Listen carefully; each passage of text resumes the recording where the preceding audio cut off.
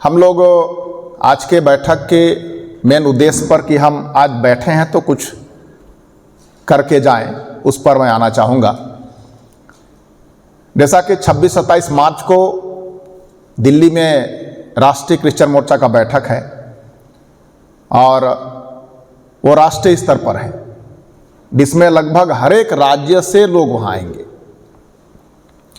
यह इवन कि नागालैंड, मणिपुर उधर से भी बात हो रही है, कुछ नहीं तो 1-2 लोग वहाँ पर आएंगे। केरल, तमिलनाडु, कर्नाटक, उन सभी राज्यों से बात हो रही है। तो हम ये कह सकते हैं कि ये जो मीटिंग है वो बहुत महत्वपूर्ण है और हम लोगों को इस पर काम करना है, क्योंकि जब तक हम काम नहीं करेंगे तो काम आगे नहीं बढ़ेगा और जो हम चाह रहे हैं वो नहीं हो पाएगा। जैसा कि हमारे प्रदेश प्रभारी पप्पू कुमार जी ने कहा कि ये हमारी समस्या राष्ट्रव्यापी है और ये हमें कुचलना चाहते हैं। धर्म एक आधार है। हमेशा हम लोग इस बात की चर्चा करते हैं कि अगर आज हम धर्म के नाम से प्रताड़ित हैं, चलो आज हम लोग ईसाई धर्म मान रहे हैं तो ईसाई धर्म मानने के नाम पर, धर्मांतरण के नाम पर हमें मारते पीटते हैं। लेकिन हमारे दादा परदादा, मेरा पिताजी, हम लोग विश्वास में आए। आपके साथ भी कुछ ऐसे ही हुआ होगा। कुछ लोग होंगे जो पहली या दूसरी पीढ़ी मसीहत में गुजार रहे होंगे, उससे ज़्यादा नहीं होगा। तो हमारे दादा परदादा जो मसीहत को नहीं मानते थे, उनके साथ तो इससे भी ज़्यादा अन्याय हुआ। तो किस नाम से हुआ फिर? वो तो इस धर्म को नहीं मानते थे, फिर भी उनके साथ इससे ज्यादा अन्याय हुआ। तो अन्याय करने वाले जो हमारे पुरखों के साथ अन्याय किए और जो अन्याय हमारे साथ कर रहे हैं, हम जो उनके वंशज हैं, हमारे पुरखे उनके वंशज हम, हमारे पुरखों को प्रताड़ित करने वाले और आज हमें प्रताड़ित करने वाले, उनके पुरखे, उनका वंशज आज भी वही स्थिति में है। हम धन्यवाद करते हैं कि हमारे पुरखों ने लड़ाई लड़ी, हमारे पुरखों ने लड़ाई लड़ी और संवैधानिक व्यवस्था दिया, एक उपाय दिया कि हम इस संविधान के द्वारा प्रताड़ित न हो परंतु आगे बढ़ें। और हम आज उस संविधान के बदौलत आगे बढ़ रहे हैं। मैं ऐसा इसलिए कहना चाहूंगा कि यदि आप संविधान के पहले का जाएंगे तो यीशु मसीह का सुसमाचार तो सन 52 में यीशु मसीह का चेला संत थॉमस के माध्यम से आ चुका था। जैसे अन्य देश, बहुत सारे पृथ्वी पर जो देश हैं, थोमा के संगी सहकर्मी जो और भी चेला थे, वो जहां जहां गए वहां पूरे मसीहत फैला कि नहीं फैला? भारत में क्यों नहीं फैला? क्या यहां चिन्ह चमत्कार कम हुए? आप चेन्नई जाइए और वहां जो भी थोमा के संबंधित जो भी जगह है उसको घूम करके देखिए और लोग क्या कुछ कहते हैं, जानकारी देते हैं। मैं भी एक बार गया था परिवार सहित, तो एक हमारे सर थे वहां, वो खूब घुमाए और पूरी कहानी बताई उन्होंने, और ऐसी ऐसी कहानी बताई जो वहां प्रचलित है, आज भी लोग उसकी मान्यता देते हैं। तो कहने का मतलब कि अन्य देशों में थोमा के ही सहकर्मी, साथ वाले चेला सुसमाचार का प्रचार किए और उन्होंने उस जगह को बदल दिया। भारत क्यों नहीं बदला? तो कहीं ना कहीं संविधान, कहीं ना कहीं राजपाट इसके पीछे का कारण है। और अगर आज हमें मौका मिला है या आज जो मसीहत बढ़ता हुआ दिख रहा है या हम जो दिख रहे हैं, ये मौका की वजह से दिख रहे हैं, प्रावधान की वजह से दिख रहे हैं, व्यवस्था की वजह से दिख रहे हैं। नहीं तो हमें इस तरह से बैठ करके सभा सम्मेलन करने का, नौकरी करने का, बोलने का, यहां तक कि संपत्ति रखने का, ये तो कहां से अंग्रेज लोग आ गए तो हम लोगों को संपत्ति का अधिकार भी दे दिया। उसके पहले किसी का कोई संपत्ति का नाम नहीं है, हमारे बाप दादे का है क्या? नहीं है। हमारा सेटलमेंट ही कब का है? 52 वगैरह से छत्तीसगढ़ में लागू है, कहीं कहीं 9 का है, 1909 वगैरह से चालू हुआ। तो ये कौन चालू किया? अंग्रेजों ने ऐसा चालू किया। और जो जिसका संपत्ति है, जमीन है, उसको उनके नाम से रजिस्टर्ड करके देना शुरू किए। उसके पहले क्यों नहीं था? क्योंकि हमें संपत्ति रखने का अधिकार ही नहीं था। यदि आपने संपत्ति मेहनत से अर्जित कर लिया है तो यदि उनको जरूरत पड़ गया या जरूरत महसूस हो गई तो आपसे बिना पूछे आप उनको लेने का अधिकार था और लेते थे। आएंगे हाँक के ले जाएंगे, भेड़ बकरी गाय बैल जो भी रहा होगा उसको हाँक के ले जाएंगे, आपकी जमीन। आज चूंकि संविधान में जो व्यवस्था दी गई, खास करके हम यहां पर अधिकांश लोग आदिवासी हैं, आदिवासियों की जमीन को कोई दूसरा नहीं खरीद सकता, ये संविधान ने व्यवस्था दिया। अगर नहीं रहता तो रहने के बावजूद अगर आप यहीं पे अंबिकापुर में जाइए, बहुत सारे आदिवासियों के जमीन पे अदर लोग कब्जा है और अच्छे से जी खा रहे हैं, और जिनका जमीन है उसकी स्थिति वही के वही है। तो ये संवैधानिक व्यवस्था रहने के बावजूद भी हमारे लोगों के साथ में ये दुर्गति झेलनी पड़ रही है। तो अब तो संविधान बनाया गया, 75 साल होते होते अब संविधान को बदलने और खत्म करने की बात भी हम लोग खुलेआम सुन रहे हैं, पेपरों में छापे जा रहे हैं, खुले मंच से बोले जा रहे हैं।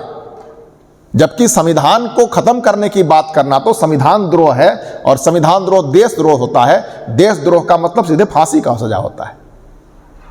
तो उनको फांसी क्यों नहीं लगती जो संविधान को खत्म करने की बात करते? इसका मतलब यह हुआ दूसरे अर्थ में कि वो उस पर भी कब्जा कर चुके हैं। जहां आप उम्मीद लगाते हैं कि वहां से मुझे न्याय मिलेगा, हक मिलेगा, वहां भी वो कब्जा कर चुके हैं। अब न्याय और हक मात्र पेपरों में रह गया है, व्यवहार में नहीं है। अगर हम लोग नहीं जागे, अभी भी समय है जागने का, यदि हम लोग नहीं जागे, यदि हमने कुछ नहीं किया तो निश्चित तौर पर जो कुछ आज हमारे पास है वो छीना जाएगा, वो नहीं रहेगा। तो आज मैं ये कहना चाहूँगा कि संविधान को हमें बचाना जरूरी है। संविधान को बचाने की मुहिम में हमको शामिल होना जरूरी है। राष्ट्रीय क्रिश्चियन मोर्चा ऐसी मोर्चा है, मैं कई लोगों से अभी 26 तारीख 27 तारीख मार्च की तैयारी में पूरे देश भर के लोगों से बात हो रही है, और मसीह अगुओं से बात हो रही है। बहुत सारे ऐसे अगुओं से बात हो रही है जो आपको घर में बैठ के लंबी लंबी भाषण दे सकते हैं, लेकिन आप उसी बात को कहिए कि आपको मोर्चा लेकर के आना है और इसका विरोध करना है, तो सीधे बोलते हैं कि मुझे राजनीति नहीं करना है। आप राजनीति कर रहे हो, इसका मतलब दूसरा क्या हुआ कि आप गुलाम रहना चाहते हो, है ना, गुलाम रहना चाहते हो। और आज तो जितना भी मिशन की प्रॉपर्टी है उसको भी एन कैन प्रकरण करके वो बेचा जा रहा है, धीरे धीरे वो निपटा दिया जा रहा है, वो बचने वाला नहीं है। तो लोगों में जागृति नहीं होने के कारण लोग आज परिस्थिति को ही जीना सीख लिए हैं, परिस्थिति में ही जी रहे हैं। चलो जो भी मिल गया उतनी में खुश हैं वाला स्थिति है। लेकिन अगर हम आने वाली समय को और इतिहास को, अगर इतिहास को अध्ययन करें और आने वाले समय के लिए हम चिंतन करें, तो पता चलेगा कि वो वही दिन लाना चाहते हैं जो इतिहास में हम देखते हैं। तो क्या हम चाहेंगे कि आने वाला हमारी पीढ़ी वो दिन देखे जो हमारे पुरखों ने देखा था? मतलब वो बहुत दयनीय, अमानवीय उसको कहा गया, अमानवीय कृत्य, अमानवीय रीति से हमारे लोगों के साथ में दुर्व्यवहार किया गया है, जिसकी हम कल्पना नहीं कर सकते, वो महसूस किया जा सकता है। तो हम लोगों को राष्ट्रीय क्रिश्चियन मोर्चा के माध्यम से काम करना है। अब चूंकि 26-27 मार्च को, ये तो हम लोगों ने जनवरी महीने में, मेरे को लगता है दिसंबर में हम लोगों ने खास लोगों ने बैठ करके तारीख को निर्धारित कर लिया था। अब यह था कि उसको हमको किस तरह से लोगों में प्रचारित करना है। तो हम लोगों ने बातचीत किया और प्लानिंग बनाई कि क्यों ना उसके पहले एक ज्ञापन का कार्यक्रम किया जाए, क्योंकि पूरे देश में हर एक राज्यों में कई जगह चर्चेस में हमले हो रहे हैं, विश्वासियों के प्रार्थना स्थलों में हमले हो रहे हैं, मारपीट किया जा रहा है। और जैसा हमारे प्रभारी महोदय ने कहा कि जो मार खा रहा है उसी के ऊपर FIR हो रहा है, मारने वाला निर्दोष, मार खाने वाला दोषी, जेल चला जा रहा है, 2 दिन 4 दिन महीना दिन वो जेल से होकर के आ रहा है। मतलब ये कितना बड़ा घृणित इसको कहा जा सकता, कितना बड़ा एक विडंबना है ये कि संविधान रहते हुए जो गुनहगार है वो निर्दोष, और जो निर्दोष है वो गुनहगार। ये कहीं संभव नहीं है, वही संभव है जो लोग इस काम को कर रहे हैं और आगे उस स्थिति को लाना चाहते हैं, उन्हीं के साथ संभव है और ऐसा करना चाहते हैं। आप देख के हमको समझना चाहिए कि जब संविधान के रहते ऐसा कर रहे हैं तो संविधान हट जाने के बाद क्या कुछ करेंगे? नंगा करके मारेंगे। नंगा करके घुमाया उन्होंने मणिपुर में, आपने देखा होगा। तो अगर हम बहू बेटियों को नंगा नहीं घूमना देखना चाहते हैं देश के अंदर, तो हमको निकलना पड़ेगा घर से, हमको सामना करना पड़ेगा। बाइबल में लिखा है सामना करो तो तुम्हारे सामने से भाग जाएगा, भागेगा, जरूर भागेगा। और जो भी हो रहा है उसका सामना करना पड़ेगा। मत्ती उसके 10:16 में लिखा है कि मैं तुम्हें भेड़ों की नाई भेड़ियों के बीच में भेजता हूं, इसलिए कबूतर की नाई भोले और सांप की नाई चतुर बनो। तो सांप आप किसको मानते हैं? सांप का मतलब अच्छा कि बुरा? सांप का मतलब तो निश्चित तौर पे उस, अगर बाइबल के संदर्भ में जाएंगे तो सांप का मतलब शैतान। सांप का रूप जो है शैतान के स्वरूप दिखाया गया है। तो यीशु मसीह कहता है कि शैतान की तरह चतुर बनो, इसका मतलब शैतान चतुराई करता है। उसका क्या हुआ फिर? अगर सांप का मतलब आप शैतान कह रहे हैं, इसका मतलब शैतान की तरह चतुर बनो। कबूतर की नाई भोले और सांप की नाई चतुर। मतलब चतुर का मतलब क्या? हमको दिमाग रखना पड़ेगा, सोचना पड़ेगा, कुछ भी हो रहा है उसके विषय में गौर करना पड़ेगा। हम लोग कई बार कुछ लिखते हैं व्हाट्सएप में ना, तो कुछ लोग हम लोग को बहुत सीख देते हैं कि वचन में ऐसा लिखा है, वचन में वैसा लिखा है, ऐसा नहीं करना चाहिए, वैसा नहीं करना चाहिए, बहुत सारा सीख देते हैं। लेकिन वही हम लोग जब लोगों के सामने जा करके कुछ करते हैं, उनकी मदद करते हैं, तो वैसे लिखने वाले कोई नहीं दिखते, एक भी नहीं दिखते कहीं, लेकिन घर में रह करके शिक्षा देते हैं। तो ऐसे लोग बहुत मिलेंगे। राष्ट्रीय क्रिश्चियन मोर्चा ऐसे लोगों की तलाश में नहीं है। राष्ट्रीय क्रिश्चियन मोर्चा ऐसे लोगों की तलाश में जो रोड में आकर के लोगों के पक्ष में बातें रखने वाले होना चाहिए, जो दमदारी से बात रखे। डरने वालों से कुछ काम नहीं होने वाला है। डरने वाले, वचन में लिखा है कि डरपोक सबसे पहला, जो न्याय का समय आएगा, प्रकाशित वाक्य में लिखा है सबसे पहला न्याय किसको करेगा? डरपोक को करेगा। सही बात है कि नहीं है? सबसे पहला नंबर में डरपोक को करेगा। हाँ, उसके बाद आगे और बहुत कुछ है। तो यदि हम परमेश्वर के राज की बात करते हैं तो डर को निकालना पड़ेगा अपने डिक्शनरी से, और साहस को, हिम्मत को, सामना करने की बात को रखना पड़ेगा। तो हम लोगों को 26-27 मार्च की तैयारी में हम लोगों ने ज्ञापन की बात करी, और 30 जनवरी को पूरे भारत में ज्ञापन सौंपने की तैयारी की गई। और सबसे पहले हम लोग गए, 4-6 लोग, मेरे ख्याल से ज़्यादा लोग थे, पर फोटो में 4-6 लोगों का ही वहाँ पर आया, और ज्ञापन सौंपा गया और फोटो को जल्दी से वायरल किया गया। उसके बाद मैं भी उस दिन भर बैठा रहा। ऐसा था जैसा कि चुनाव का कुछ रिजल्ट आ रहा हो। एक एक पल की जानकारी हम लोग ले रहे थे, कहाँ डले कहाँ नहीं डले। उस दिन 12-13 लोगों का फोन आया उसी वक्त कि सर ज्ञापन का कॉपी भेजिए, पीडीएफ भेजिए। मैंने 12-13 लोगों को उसी समय पीडीएफ भेजा, और जम्मू कश्मीर का एक बंदा, उसको उसी दिन पता चला, पीडीएफ मिला, प्रिंट किया, अकेले जाके कलेक्टर के पास खड़ा हो गया।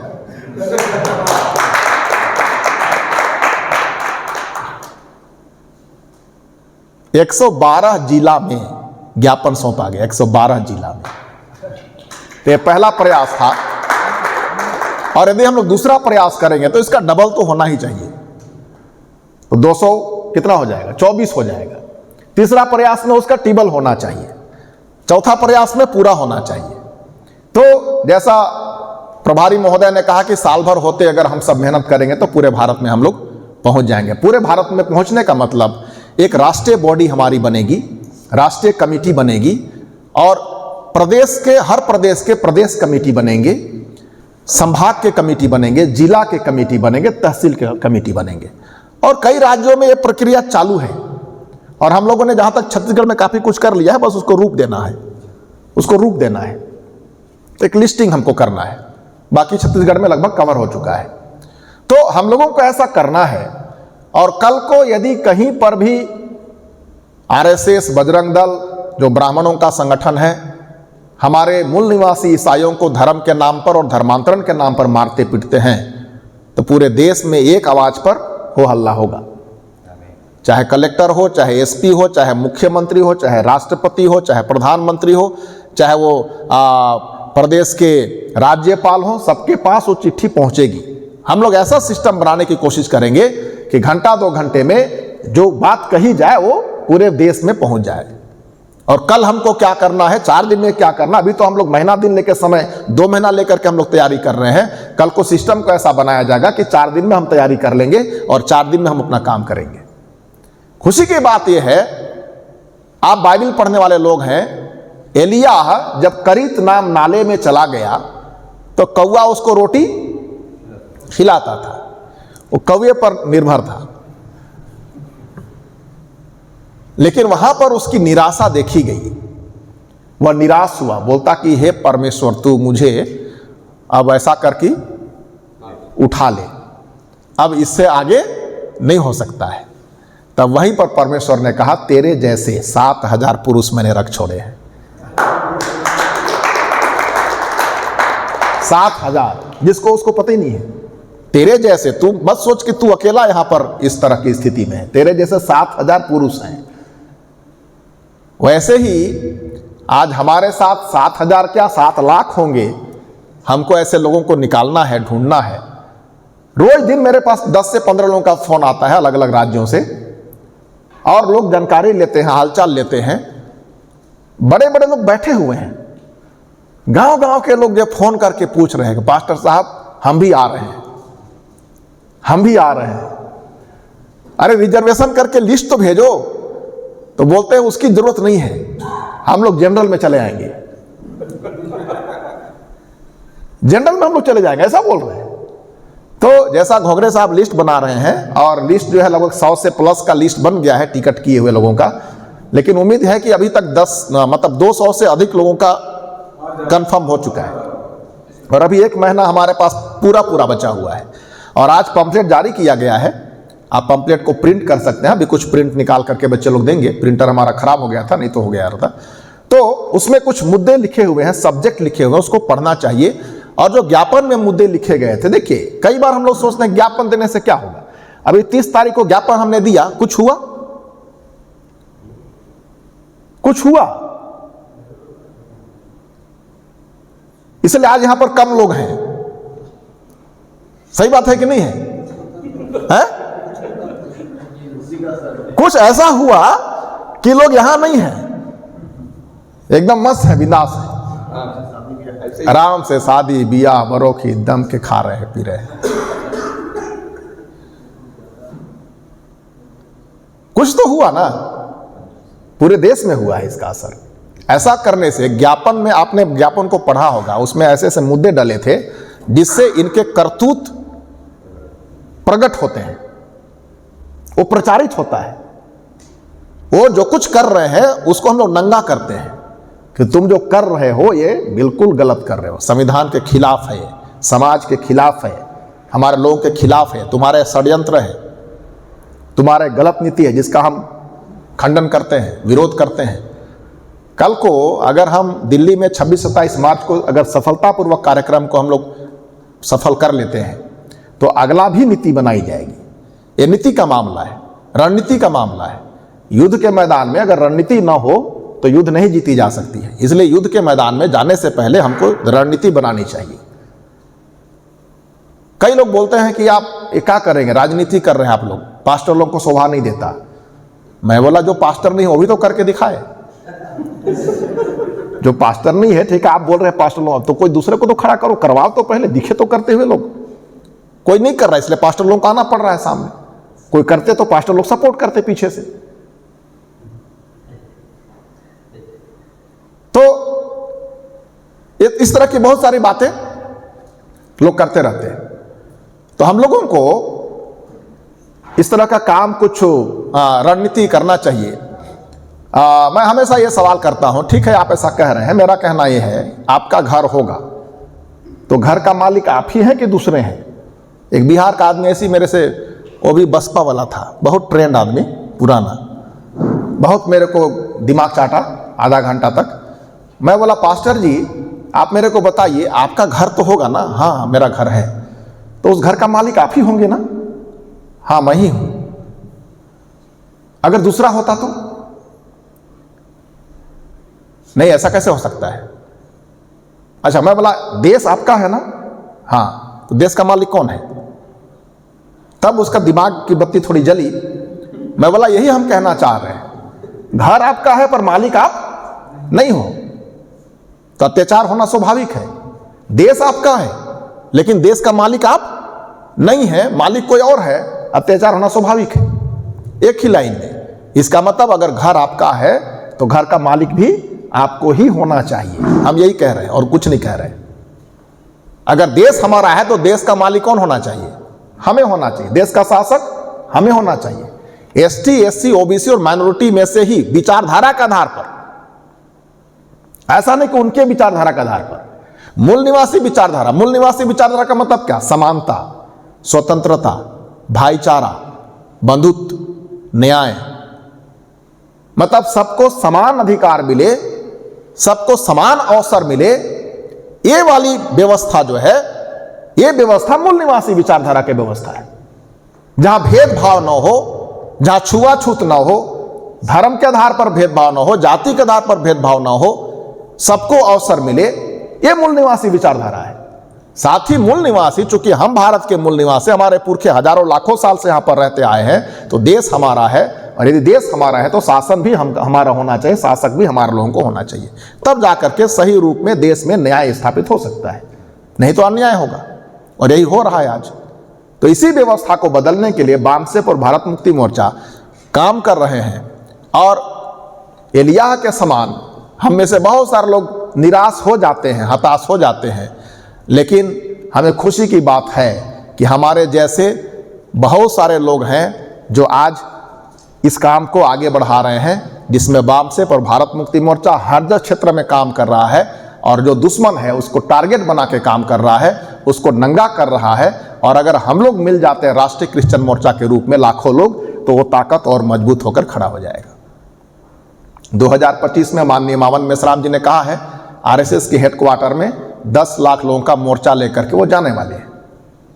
कब जाएंगे वो डेट वो बताएंगे। तो हम भी तैयारी करें, क्योंकि हम भी तो लात जूता खा रहे हैं। ईसाई लोग चर्चों में घुस के लोग मार रहे हैं, पीट रहे हैं, संविधान के खिलाफ काम कर रहे हैं। तो अगर वो 10 लाख का मोर्चा ले जाने की बात करते हैं तो उसमें हम भी कुछ मिला देंगे तो 10 से ज़्यादा हो जाएगा। हम लोग 5 लाख की बात करेंगे, ईसाई राष्ट्रीय ईसाई मोर्चा के लोग, राष्ट्रीय क्रिश्चियन मोर्चा के लोग 5 लाख जाएंगे, तो 10 की जगह कितना हो जाएगा? 15 लाख हो जाएगा, जो अभी उसमें काउंटेड नहीं है, गिनती नहीं है। और अगर ऐसा हम लोग तैयारी करें और अपने साधन से जाना है, अगर ऐसी बात होगी तो ट्रेन बंद किया जाएगा, बहुत सारा कुछ बंद किया जाएगा, लेट कर दिया जाएगा। हमने 26-27 2 दिन का कार्यक्रम क्यों रखा? क्योंकि सिर्फ 1 दिन का कार्यक्रम रहेगा तो ट्रेन आपको लेट कर देगा। अभी आज से पर्चा पूरे दुनिया में चला गया होगा। आज सुबह हमने उसको रिलीज कर दिया व्हाट्सएप में, वो कहां से कहां चला गया हो। और वो उस पर्चे को देख करके हो सके ट्रेन को लेट कर देंगे। आपको पहुंचना है सुबह 10 बजे तो पहुंच रहे हैं शाम को 4 बजे। तिगा जी लोग गए थे मीटिंग के लिए, 10 बजे पहुंचना था, पहुंचे 4 बजे, मीटिंग का समापन हो रहा है तो पहुंच रहे हैं वो लोग। इसलिए हमने 2 दिन का किया। चलो 26 चला जाएगा, 27 तो नहीं जाएगा ना। तो रणनीति का मामला है, हम लोगों को रणनीति बनानी होगी। अगला कैसे गेम खेलता है तो हमको भी गेम खेलना पड़ेगा। वो चतुर है तो हमको महाचतुर बनना पड़ेगा। तो अभी ये सारा कुछ कर रहे हैं। आपने ज्ञापन को पढ़ा होगा, नहीं पढ़े होंगे तो ज्ञापन को प्रिंट करके पढ़िए उसको। और मैं फाइल बनाता हूं, मैं फाइल रखा हूं वहां पर, ये माइक इधर लगा हुआ है इसलिए फाइल में बनाता हूं। जो भी हम लोग करते हैं लिखित में कर रहे हैं, जो भी हम लोग कर रहे हैं लिखित में हो रहा है सारा चीज। और 26-27 के लिए भी, ज्ञापन के लिए भी संगठन से विथ परमिशन, पूरे सहयोग और समर्थन के साथ साथ इस तरह से फाइल बना रहे हैं। आप भी फाइल बनाइए, वो अध्ययन का विषय होगा। कल को आप उसको पढ़ सकते हैं, कल को उसको आप छोड़ दीजिए, कल को उसको आप देख सकते हैं क्या क्या क्या हमने सब्जेक्ट डाला था, किन किन मुद्दों पर बातचीत की गई थी, किन किन मुद्दों पर ज्ञापन दिया गया था। तो ये जो 26 कार्यक्रम है इसमें हम लोग प्लानिंग कर रहे हैं, वो पंपलेट में छपा हुआ नहीं है। पंपलेट में कोई प्रार्थना का जिक्र नहीं है, कोई बाइबल का जिक्र नहीं है, कोई तरह का जिक्र नहीं है। वहां हम लोग वहां पर सिर्फ ईसाई लोग जमा हो रहे हैं ऐसा भी नहीं है, वहां पे गैर ईसाई भी जमा हो रहे हैं। यही खास बात है। और एक कहां पर होगा, जब एसटी एससी ओबीसी विचारधारा के आधार पर आएगा तो वहां धर्म आड़े नहीं आएगा, धर्म रुकावट नहीं आएगा, हम लोग भाई भाई वहां पर कहलाएंगे। अभी राष्ट्रीय अधिवेशन में बामसेप में हम लोग गए हुए थे, गया बोध गया में, पता चला कि हम लोग आ रहे हैं, तो उन्होंने पूछा, मैंने कहा देखो पास्टर लोग आ रहे हैं, पास्टर लोग खाते समय प्रार्थना करते हैं, उठ के प्रार्थना करते हैं, सोते समय प्रार्थना करते हैं, कितने बार प्रार्थना करते हैं, तो वहां प्रार्थना के लिए कोई जगह व्यवस्था हो सकता है क्या? तो बोला हाँ बना देंगे। तो वहां पर प्रार्थना के लिए अलग से जगह बना हुआ था और हम लोग सुबह शाम वहां प्रार्थना करते थे। तो ऐसा कहां पर संभव होगा? जब विचारधारा के साथ हम लोग आपस में मेल खाएंगे। यही है भाईचारा का निर्माण करना। वहां पे नमाज भी पढ़ रहे हैं, प्रार्थना भी कर रहे हैं, सब हो रहा है, किसी को कोई आपत्ति है क्या? लेकिन यही वो देश है जहां पर आप प्रार्थना कर रहे हैं और आरएसएस और बजरंग दल के लोग आकर के आपको लाठी डंडा से मार रहे हैं। ये न्याय है क्या?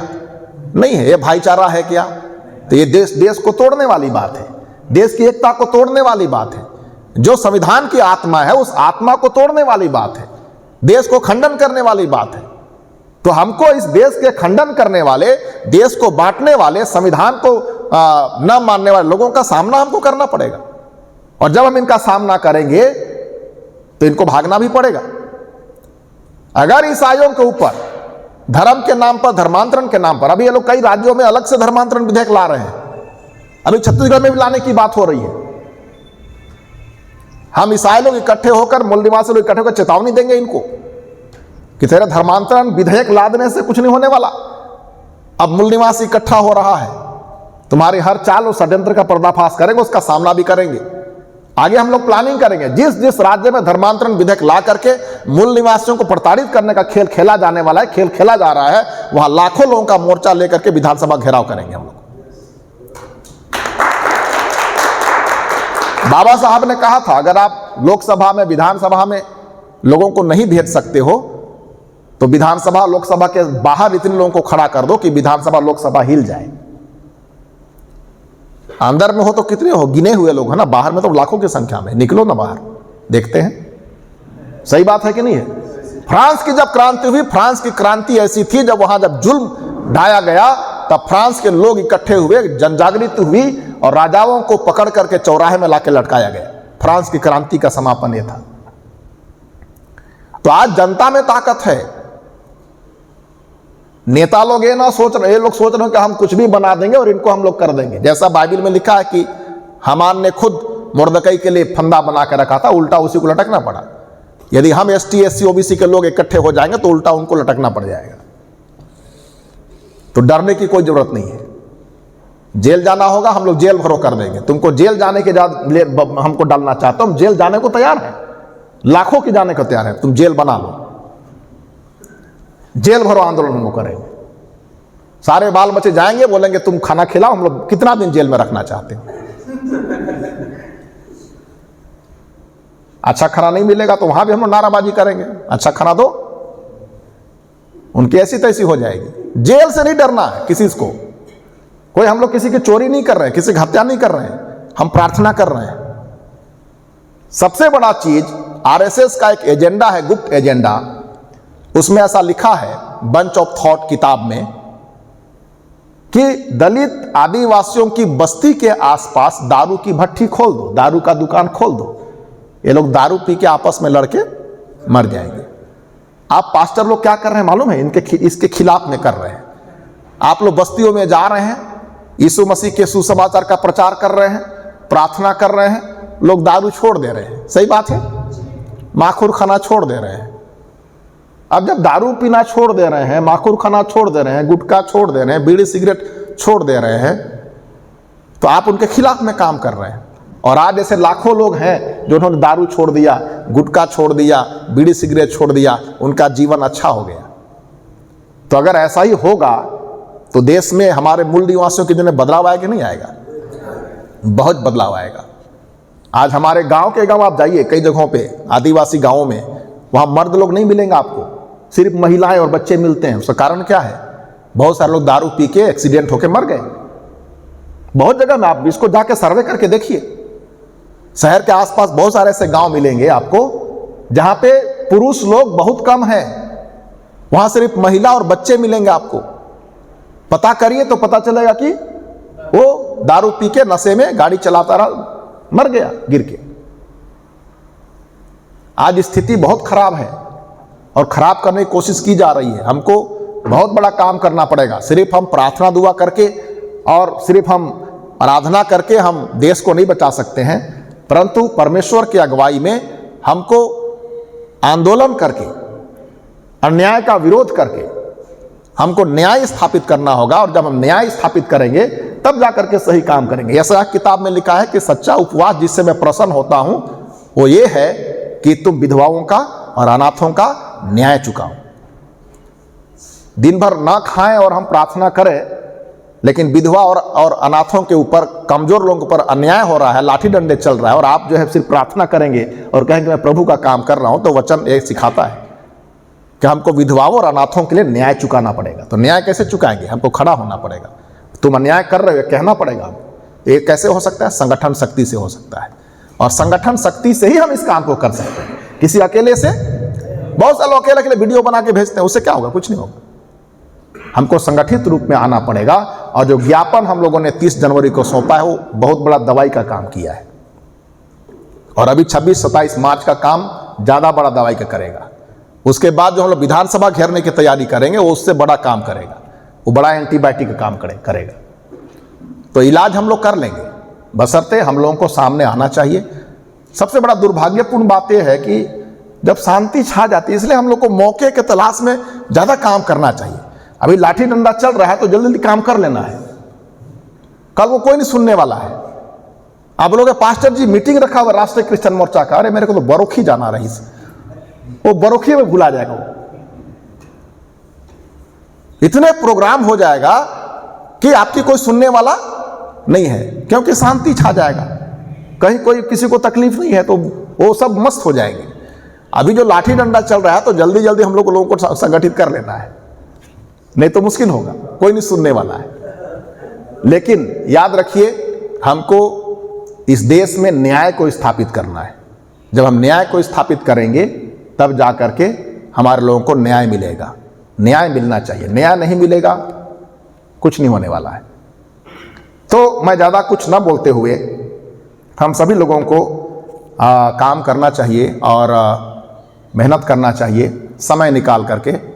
हमारे कालेराम तिर्की जी बोल रहे थे कि सुबह को भी मैं व्हाट्सएप में दिखता हूँ, कभी कभी कहीं दिखता हूँ, फ़ोन करते रहता हूँ। तो मेरा टाइम बंधा हुआ है, मेरा टाइम 24 घंटा का बंधा हुआ है।